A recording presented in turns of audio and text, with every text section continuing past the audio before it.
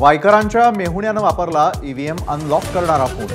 मंगेश पंडिलकर आणि निवडणूक आयोगाच्या ऑपरेटरवर गुन्हा दाखल, तर विरोधकांचा रडीचा डाव, वायकर यांनी आरोप फेटाळले।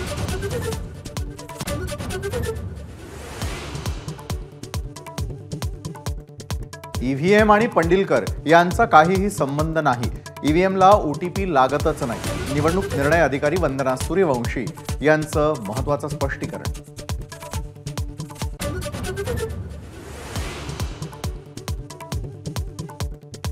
ईव्हीएम हॅक होण्याचा धोका कायम, त्यांचा वापर पूर्णपणे बंद केला पाहिजे, टेस्लाचा सीईओ एलन मस्कचं मत।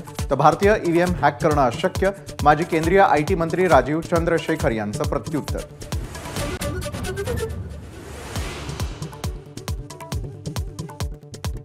विधानसभा निवडणुकीमध्ये महायुती 180 जागा जिंकणार, मुख्यमंत्री शिंदेंना विश्वास। 400 पारच्या नाऱ्यामुळे कार्यकर्ते गाफील राहिल्यानं लोकसभेला फटका, शिंदेंचीही कबुली।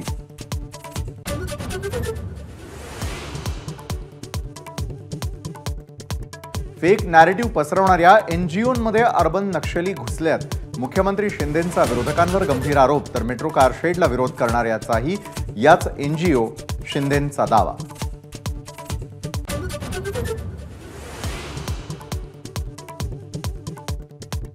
ठाण्यातून महायुतीला तडीपार करू असं म्हणणाऱ्यांनाच जनतेनं तडीपार केलं।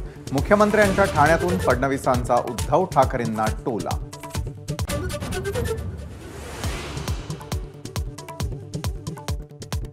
कोकण पदवीधर निवडणुकीमध्ये अभिजित पानसेंची उमेदवारी मागे घेतल्याबद्दल राज ठाकरेंचे आभार। ठाण्यामधील महायुतीच्या मेळाव्यात फडणवीसांचं वक्तव्य।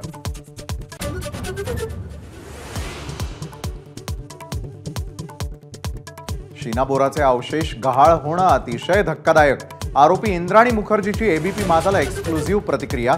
शीना बोरा जिवंत असल्याचाही पुनरुच्चार।